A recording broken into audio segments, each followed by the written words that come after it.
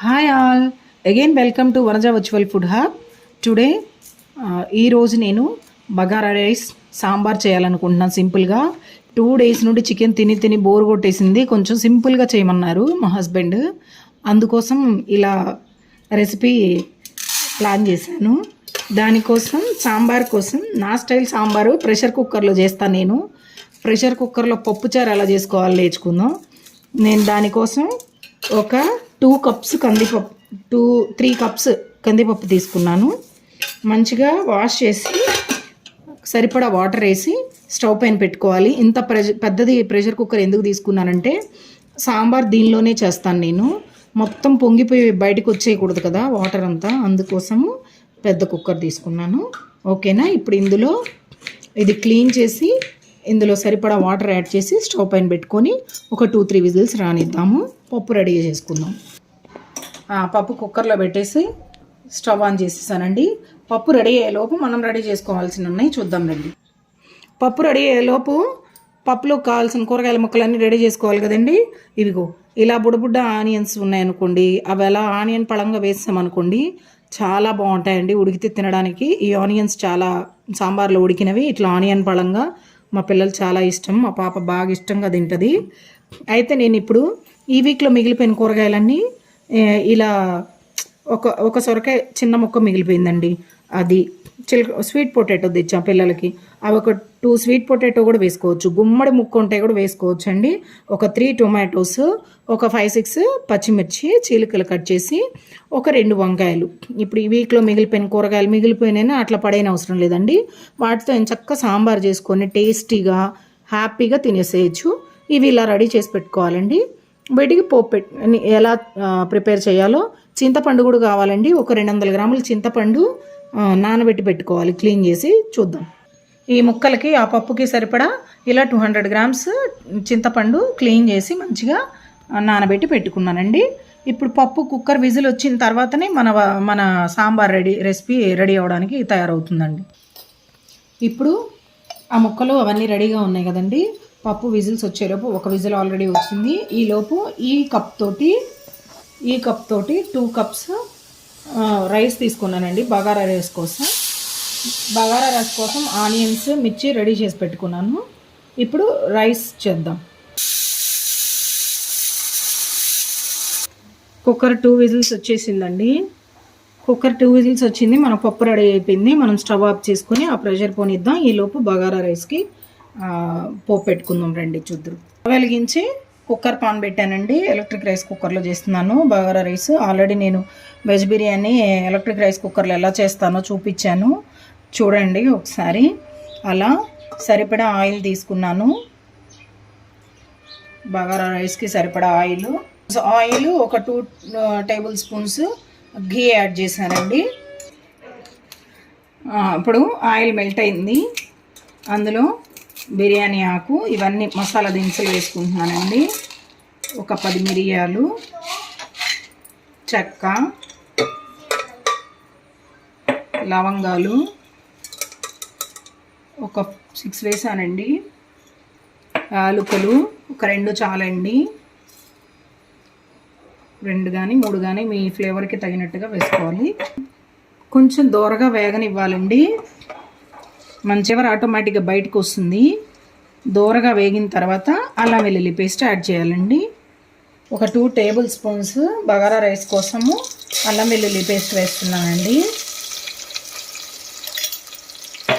మంచిగా వేగిన తర్వాత ఈ పచ్చి వాసన పోయాక అప్పుడు ఆనియన్స్ మిర్చి యాడ్ చేసుకుందాము.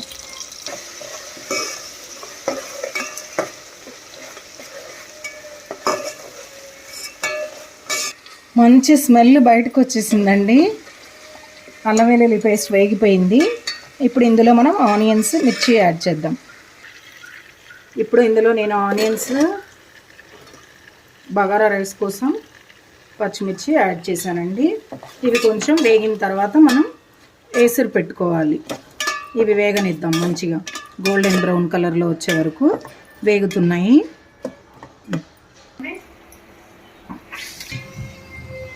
మనం ఈ కప్తో తీసుకున్నాం కదండి.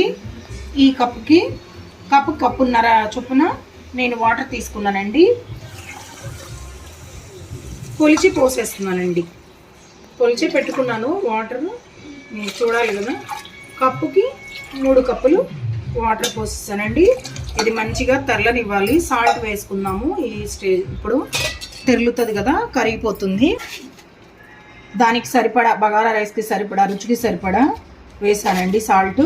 మీరు కూడా మీ రుచికి సరిపడా యాడ్ చేసుకోండి. పప్పు మెత్తగా వెనిపేసుకున్నామండి.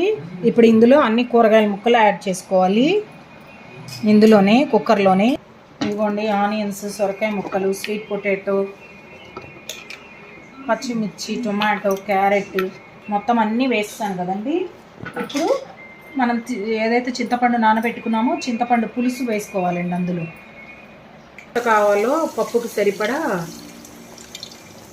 పులుపు, సాల్ట్ అన్నీ చూసుకునే విధంగా వేసుకోవాలండి. చింతపండు కూడా ఆ పులుపు తగినట్లుగా కొన్ని వాటర్ యాడ్ చేసుకోవాలి.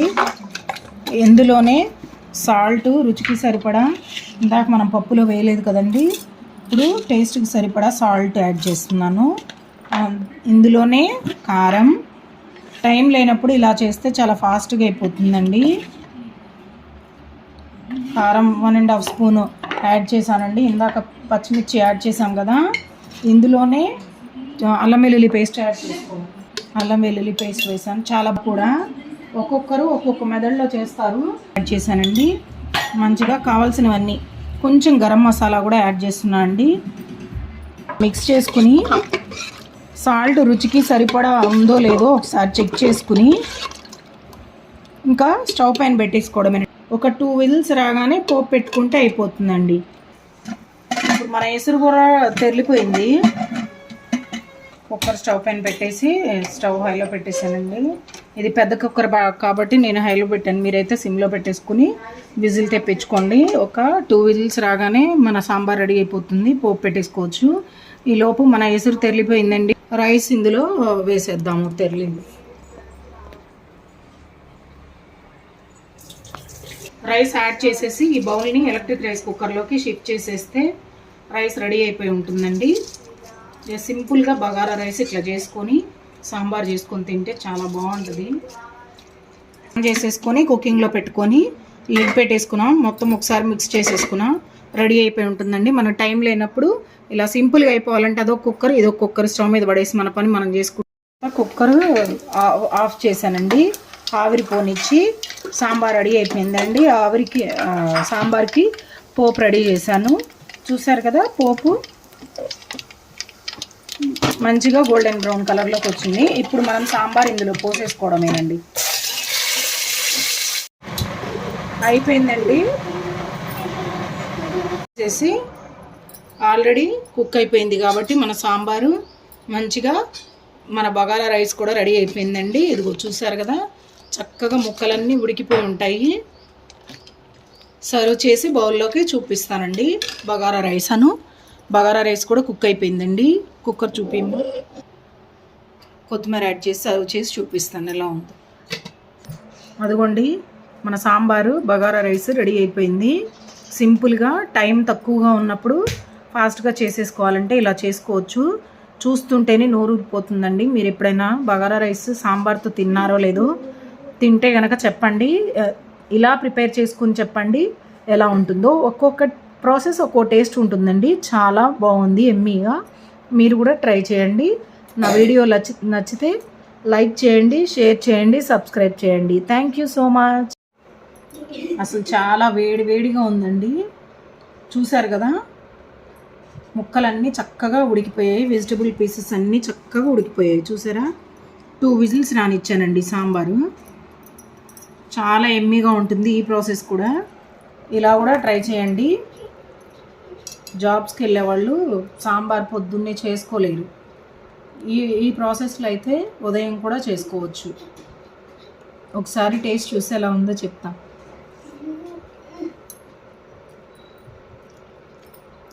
చాలా ఎమ్మీగా ఉందండి. మీరు కూడా ట్రై చేయండి.